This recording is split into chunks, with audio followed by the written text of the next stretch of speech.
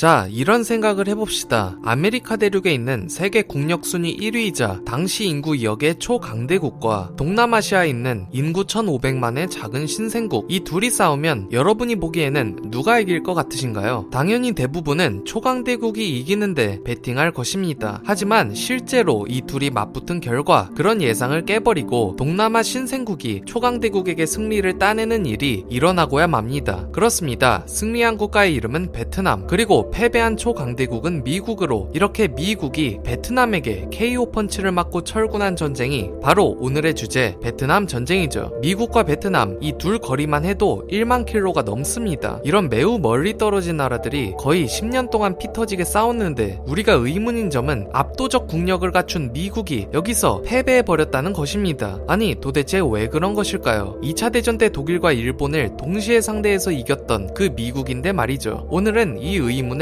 베트남 전쟁을 쭉 함께 살펴보며 해소해보도록 하겠습니다. 일단 이 둘이 왜 싸우게 되었느냐, 이 이야기를 하려면 당시 베트남의 상황부터 알아야 합니다. 먼저 베트남 하면 외침의 역사이죠. 베트남은 중국도 시시때때로 침공해 와서 먹힌 적도 있었고 천하의 몽골 제국도 침공해 왔으니 말입니다. 그래도 이들을 모두 격퇴해낸 전투민족 베트남이었는데 문제는 19세기가 되자 이들이 막지 못하는 국가가 생깁니다. 바로 프랑스였죠. 당시 제국주의 땅 따먹기를 하던 열강 프랑스는 저 멀리서 갑자기 들어오더니 난데없이 최신 무기를 앞세워 베트남을 밀어버렸고 결국 베트남은 이에 굴복, 치욕적이게도 프랑스의 지배를 받게 되었던 것이죠. 이에 자존심 강한 베트남은 이를 갈며 복수를 꿈꾸게 됩니다. 그렇게 수십 년간 존버하던 베트남, 그들은 마침내 1940년이 되자 기회가 생기죠. 때는 히틀러가 나치 독일을 선포하고 2차 대전을 일으켰을 때 파죽지세의 독일은 프랑스까지 점령해버렸고 본토가 먹힌 프랑스는 베트남에 신경 쓸 겨를이 없게 되었습니다. 이것은 베트남에게 기회였고 베트남의 국부로 칭송받는 호치민이라는 인물은 이때다, 우리 베트남은 독립하겠다, 프랑스로부터 벗어난다 하고 베트남 북부의 세력을 이끌고 독립을 선언합니다. 이것이 베트남 민주공화국이고 북베트남이라고도 하죠. 하지만 이 북베트남은 금방 위기에 직면하게 되죠. 5년 뒤 2차 대전은 독일이 패함으로써 종결되었고 프랑스는 다시 본토를 되찾았는데 당연히 그들은 자, 이제 본토도 탈환했으니 베트남도 다시 되찾아야지, 베트남 공격해서 다시 점령해라 하고 열강버릇 못 고치고 다시 북베트남을 공격했죠. 그렇게 양국 사이에는 전쟁이 벌어지는데 이 결과는 어떻게 되었을까요? 놀랍게도 베트남이 이겼습니다. 저항 심리로 똘똘 뭉친 호치민의 북베트남은 자만한 프랑스군을 격퇴한 것입니다. 이 무슨 easy.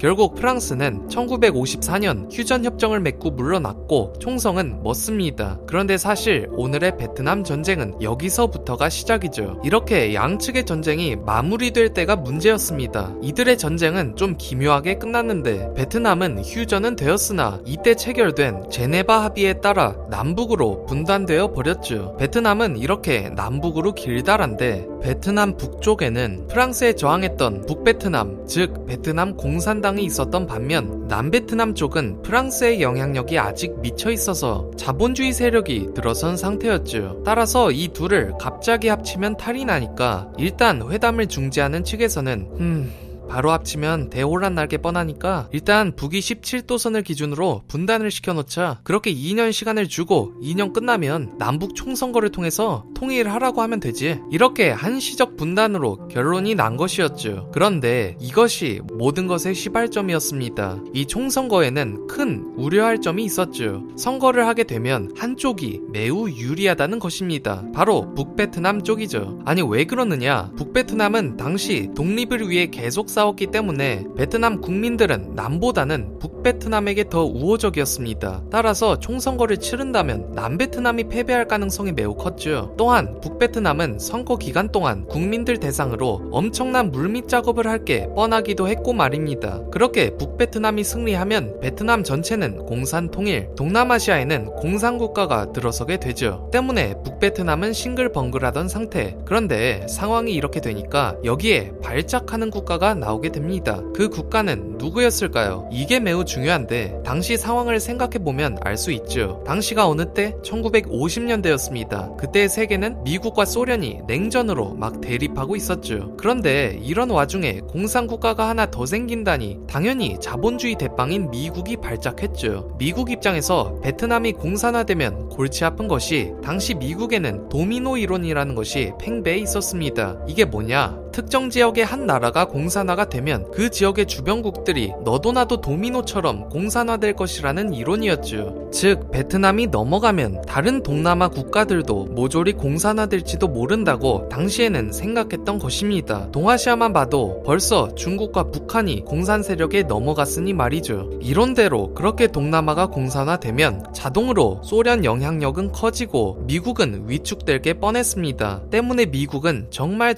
현사태의 우려를 표했죠. 하지만 이때 미국에게 희소식이 터집니다. 총선거가 다가오자 남베트남이 미국에게는 아주 기특하게도 우리는 남북 총선거를 거부하겠다 라고 선언한 겁니다. 당연히 선거를 하면 자기가 질 걸 알았기 때문이죠. 그리고 상황은 빠르게 전개. 1955년 남베트남은 아예 자신들끼리만 선거를 진행해 정부를 꾸렸고 순식간에 남베트남에는 베트남 공화국이 건국되었습니다. 남베트남의 대통령은 응오딘 지엠이라는 사람이 올랐죠. 이러니 미국은 대번에 싱글벙글해졌습니다. 남베트남이 알아서 선거를 거부해준 것이니. 하지만 아직 완전히 안심할 단계는 아니었죠. 왜냐하면 북베트남은 이에 반발하고 있었고 따라서 그들은 아니 왜 총선거 안 함? 그럼 별 수 없지. 힘으로라도 통일하겠다 하고 막 밀고 내려온다 뭐한다 할 수도 있었기 때문이죠. 그래서 미국은 이를 막아야 했습니다. 그럼 미국이 할 수 있는 방법은 무엇이었을까요?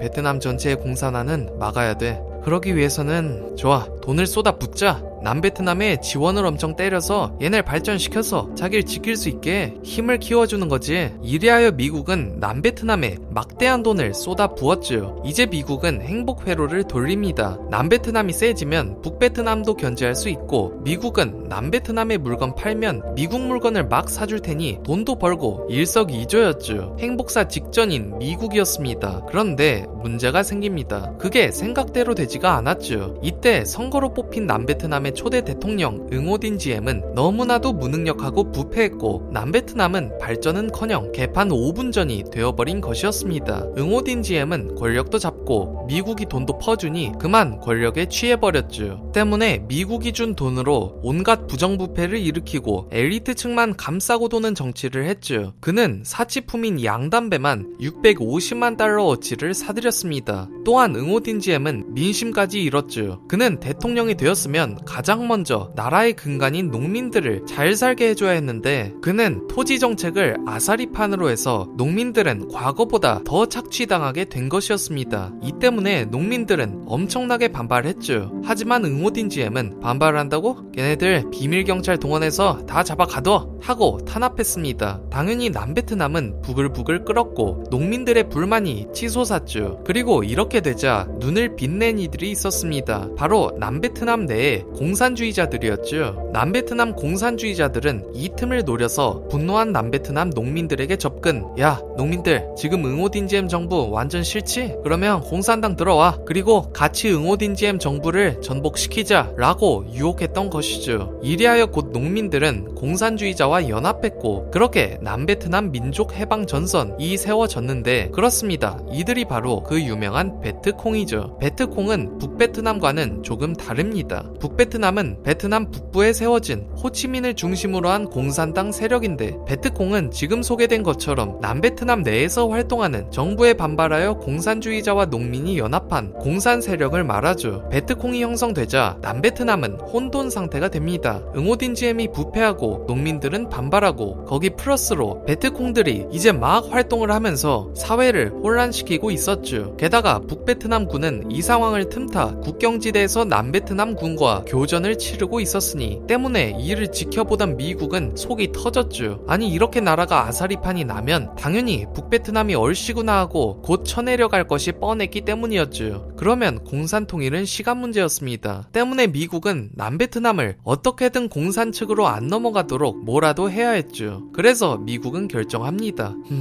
그래, 그렇다면 이 모든 것의 원흉인 응오딘지엠을 제거하자. 이리하여 곧 미국은 남베트남 군인에게 쿠데타를 사주 순식간에 응오딘지엠을 제거했습니다. 그렇다면 과연 문제는 해결되었을까요? 전혀 아니었죠. 이 이후가 오히려 더 개판이 됐습니다. 쿠데타로 정권이 전복되는 걸 보자 다른 남베트남 장성들은 이에 고무되었고, 쿠데타 하나로 이 나라를 꿰찰 수가 있네? 그럼 나도 쿠데타 일으켜서 대빵할래? 하고 시도 때도 없이 쿠데타를 일으켰죠. 그렇게 남베트남은 1년에 한 번씩 쿠데타가 일어나게 됩니다. 이 상황에 북베트남군과 베트콩들은 신나서 더 난리 부르스를 쳤죠. 결국 이 막장 상황을 두고 볼 수 없던 미국은 안되겠다. 이거 우리 군사가 개입을 해서라도 남베트남을 안정시켜야겠어. 드디어 자기가 직접 나서기로 한 것이었습니다. 하지만 미국 같은 큰 나라가 대뜸 개입을 하면 명분이 없으니까 세계의 욕을 먹을 수 있었죠. 그래서 미국은 개입할 명분이 필요하단 말이야, 명분이. 그런데 마침 그때 베트남에서 한 사건이 터집니다. 바로 통킹만 사건이었죠. 당시 미국은 1964년 8월 구축함을 파견하여 베트남 부근을 항해하고 있었는데 이때 통킹만이라는 곳에서 북베트남군과 미군 군함이 교전하는 일이 발생했습니다. 때문에 미국은 이를 구실 삼아 북베트남이 우리 미 군함을 쐈다, 이런 무력 행위는 용납할 수 없으며 우리는 베트남에 개입하겠다 하고 베트남에 미군을 파견해 본격적으로 개입하게 되죠. 그런데 이 통킹만 사건은 좀 석연찮은 구석이 있습니다. 미국과 북베트남 간의 교전은 미국 피셜 총 2차례에 걸쳐 일어났는데 이 중 첫 번째는 북베트남이 먼저 공격한 것은 맞습니다. 그런데 두 번째 교전에서는 교전이 실제로 안 일어났다고도 하고 미군이 엔진 소리를 어뢰 소리로 잘못 들었다고도 하죠. 어쨌든 미국은 이 두 번째 교전까지도 북베트남이 했다고 단정 짓고 드디어 대망의 군사적 개입을 시작했습니다. 그렇게 2억 마리까지 파견된 미군, 이들은 베트남에서 먼저 무엇을 해야 했을까요? 일단은 개판 5분 전인 남베트남의 상황을 안정시켜야 했습니다. 그러기 위해 미군은 계속해서 활동하는 남베트남 내에 베트콩을 소탕하기로 하죠. 때문에 미군은 일단 엄청난 수의 폭격기를 발진시켜서 북베트남에 폭격을 가합니다. 아니 그런데 미군은 왜 폭격을 베트콩들에게 가하지 않고 북베트남에 가했을까요? 그 이유는 남베트남에서 활동하는 베트콩들은 계속 북베트남에게서 비밀 루트를 통해 지원을 받고 있었기 때문이었습니다. 북베트남은 베트콩이 활발하게 활동하는 걸 너무 환영했으니까 말이죠. 때문에 이 지원을 끊으려고 미군은 북베트남 각종 군수시설에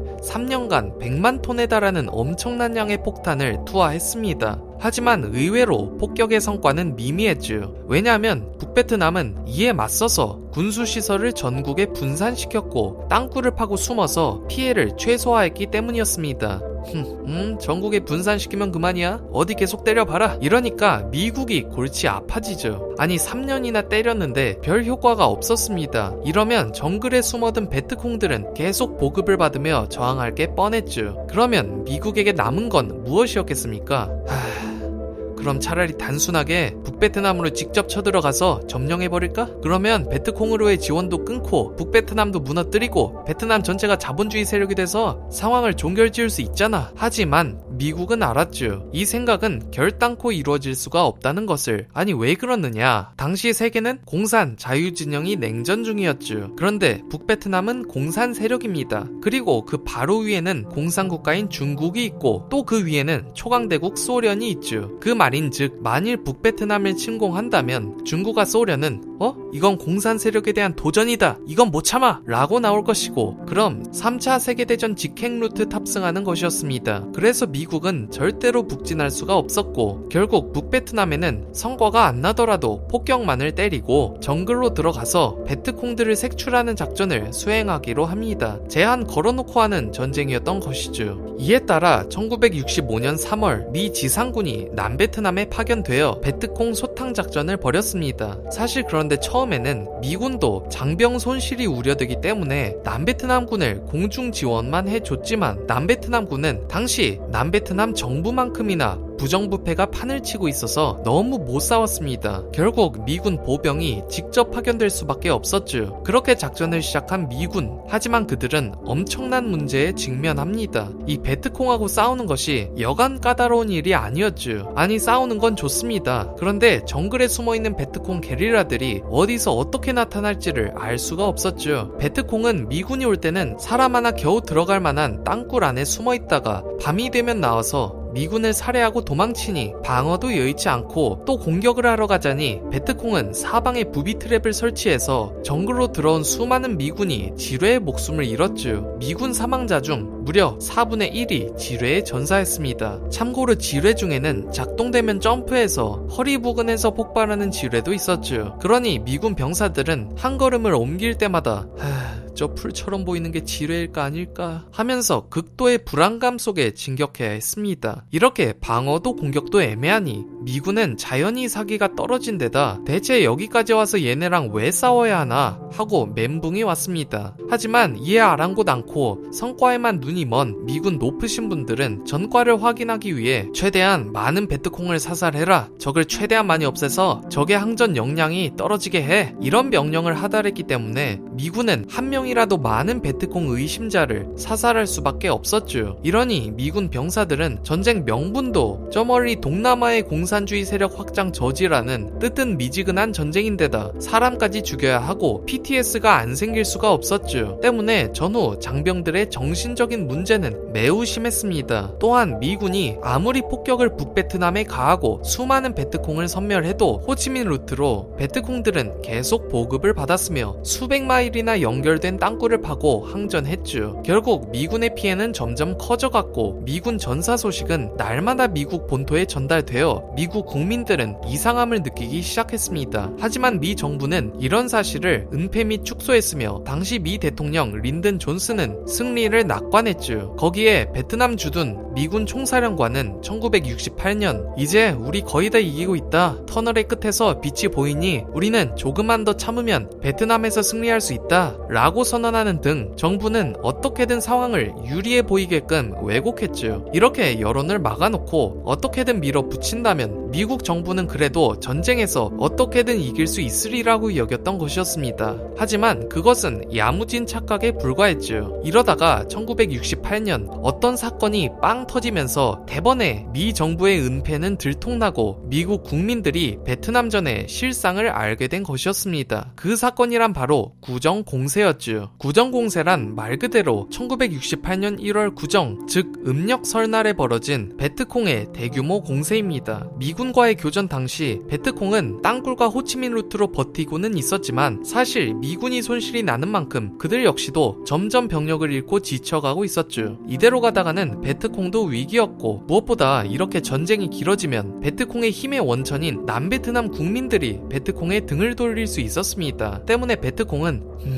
여기서 더 길어지면 남베트남 국민들이 염증을 느끼고 등을 돌릴 수 있으니까 차라리 미군에 대한 대대적인 공세를 준비해서 전세 반전을 한번 노려보자 하고 대공세를 준비했죠. 그렇게 연휴라서 감시가 풀어진 것을 틈타 구정 공세 작전이 이반되었고 공세는 유례 없는 대규모로 펼쳐졌습니다. 1968년 1월 30일 무려 베트콩 최대 60만이 투입되어 남베트남의 주요 41개 도시에서 동시다발적으로 공격이 일어난 것입니다. 과연 공세의 결과는 어떻게 되었을까요? 의외로 공세는 쉽게 막혀버립니다. 베트콩이 정글에서는 위력을 발휘했으나 도시에서 싸우려니 정글과는 상황이 달라서 미국의 엄청난 보급과 화력 지원에 제대로 밀렸고 결국 속수무책으로 격퇴당한 것이었죠. 때문에 전투 자체는 베트콩이 10만의 사상자나 내며 완패했습니다. 이렇게 전투가 승리했으니 이제 미 존슨 대통령도 싱글벙글 행복회로를 돌릴 일만 남아있는 것 같은데 아이러니하게도 도대체 어떤 이유에서인지 구정공세는 미 존슨 대통령에게 완전한 치명타로 돌아옵니다. 그리고 이 구정공세로 인해 베트남전을 진행하던 미국 수뇌부들은 엄청난 비난에 직면하고 결과적으로 이 때문에 베트콩은 승기를 잡았다고 보는 것이 것이 중론인데, 아니 미군이 완승을 거뒀건만 왜 베트콩이 승리했다는 것일까요? 그건 바로 구정공세가 존슨 대통령의 바람과는 다르게 그만 미국의 TV 생중계가 되어버렸기 때문이었습니다. 구정공세 때에는 주 베트남 미국 대사관도 베트콩에게 공격받았는데 대사관이 공격받고 점령당하는 모습이 언론에 입수되었고 그 장면은 곧 미국의 텔레비전으로 생중계된 것이었죠. 이에 전 미국 국민들은 충격을 받았습니다. 아니 존슨 정부는 터널 끝에서 빛이 보인다는 둥 희망차게 발표해놓고서 정작 떼거지로 몰려오는 베트콩이 대사관을 공격하는 모습이 보이니 그래서 국민들은 엄청난 반발을 일으키고 시위가 일어났고 반전 여론이 물밀듯 터져 나옵니다. 순식간에 존슨 대통령의 지지율은 12%가 깎였고 결국 그의 대선에서 재선 불출마를 선언할 수밖에 없었죠. 그렇게 이 구정공세로 인해 전쟁 전국은 뒤바뀌었습니다. 지금까지는 미국 높으신 분들이 어거지로 전쟁을 밀어붙여 왔지만 이제는 여론이 너무 악화되어 그게 불가능해진 것이죠. 따라서 베트남 전쟁에서 가장 중요한 전환점이 구정공세라고 할 수 있습니다. 그리고 그에 치러진 미 대선에서는 민심이 반영되어 베트남 전쟁을 명예로운 평화로 끝내겠다고 공약한 리처드 닉슨이 대통령에 당선되었습니다. 그런 그가 취임하자 이제 미국은 전쟁에서 발을 빼는 수순에 돌입하게 되었죠. 베트콩은 전쟁이 곧 끝날 기미가 보이니 싱글벙글했고 닉슨은 1969년 닉슨 독트린이라는 것을 발표해 아시아는 이제 미국에게 기대지 말고 스스로 자신을 지켜라 라고 하며 사실상 베트남에서 발을 빼며 1969년부터 순차적으로 미 지상군을 철수시켰죠. 이제 세계는 베트남전은 끝나는 수순에 들어가는구나 하는 분위기였습니다. 그렇게 잘 되어가면 좋았을 것이었죠. 하지만 그럼 그때 문제가 생깁니다. 막상 철수를 하려니 닉슨은 뜻밖의 문제에 직면했는데 미국은 베트남 전쟁을 통틀어 무려 270만의 미군을 베트남에 파병했고 몇 년이라는 긴 시간 전쟁을 수행했습니다. 그런데 세계 최강이라는 미군이 이렇게 아무런 성과도 없이 막상 발을 빼려니까 이 철수하는 모양새가 좋지 않았던 것이었죠. 당시는 냉전 시대, 따라서 미국이 이렇게 흐지부지 철군하는 모습은 공산 진영에게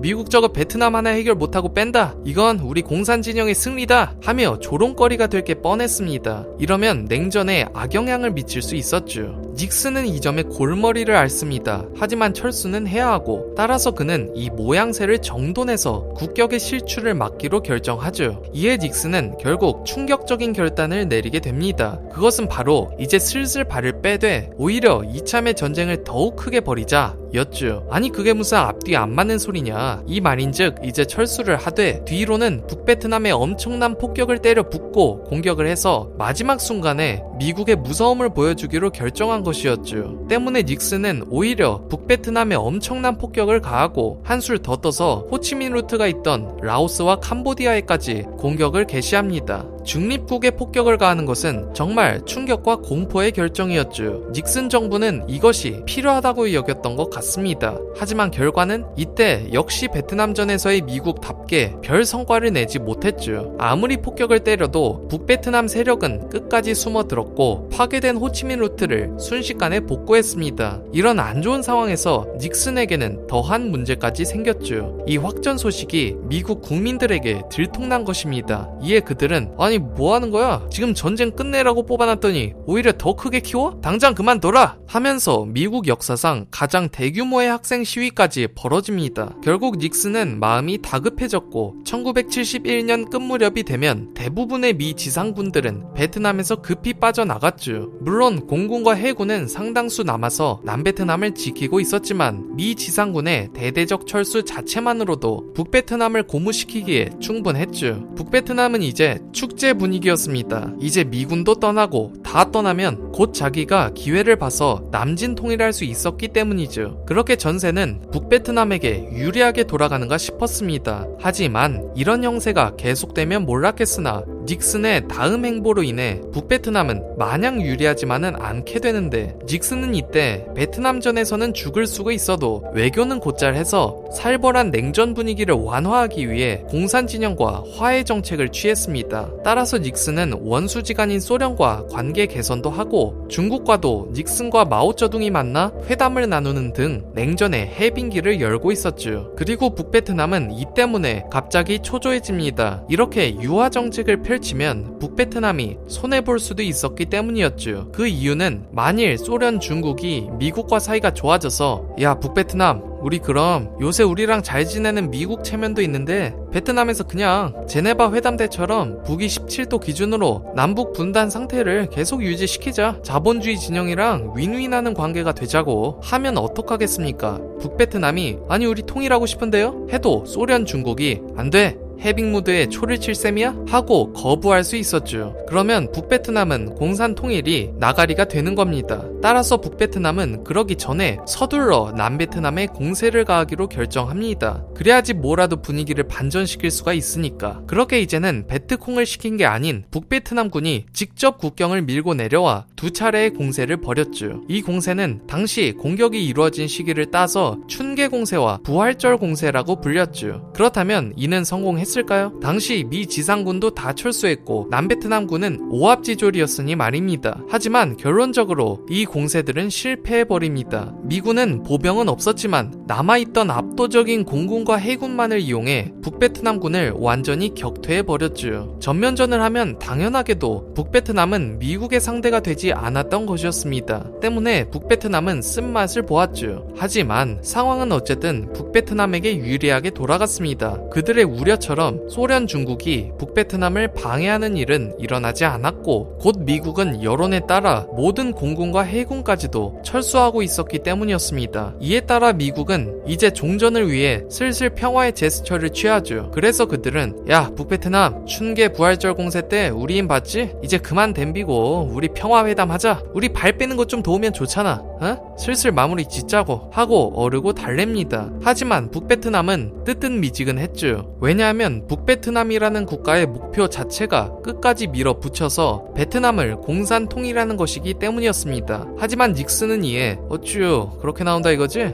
좋아, 그러면 강제로 협상 테이블에 나오게 해주마 하면서 미국의 매운맛을 보여주기 위해 아주 작정하고 대폭격을 퍼붓습니다. 이를 라인베커 작전이라고 하는데 이때 미군은 북베트남의 심장부인 하노이와 하이퐁을 폭격했고 여기서 미군은 더 이상 폭격하기에 가치 있는 목표가 보이지 않을 때까지 북베트남을 초토화시켰습니다. 그리고 북베트남에게 봤지? 협상하면 그만할게 하고 반협박을 하죠. 때문에 가뜩이나 전쟁에 지쳐가던 북베트남은 추가 폭격을 피하기 위해 협상에 응할 수밖에 없었습니다. 또한 남베트남 측도 원래는 공산당과 타협은 없다며 완강히 거부했으나 미국의 압력으로 회담에 참여했습니다. 그렇게 1973년 1월 27일 파리에서 강화회담이 이루어져 양측은 1973년 파리 평화조약을 맺었죠. 이 평화조약의 골자는 베트남은 제네바 회담 때처럼 남북 분단 상태를 유지하고 이를 존중한다는 것이었습니다. 그렇게 남북 베트남은 총성이 일시적으로 멎었죠. 그리고 그해 3월까지 미군은 드디어 완전히 철수했습니다. 1964년부터 73년까지 9년에 걸친 미국의 개입이 끝난 것이었죠. 잠깐 찾아온 평화의 시기, 하지만 이게 오래 지속되지 않을 거라는 건 누구나 알았습니다. 북베트남은 잠깐 꼬리를 내렸을 뿐이지 여전히 공산통일 열망이 강했고 남베트남에 대한 대대적 침공을 준비하고 있었죠. 사실 미국도 이걸 알았습니다. 때문에 그들은 철수할 때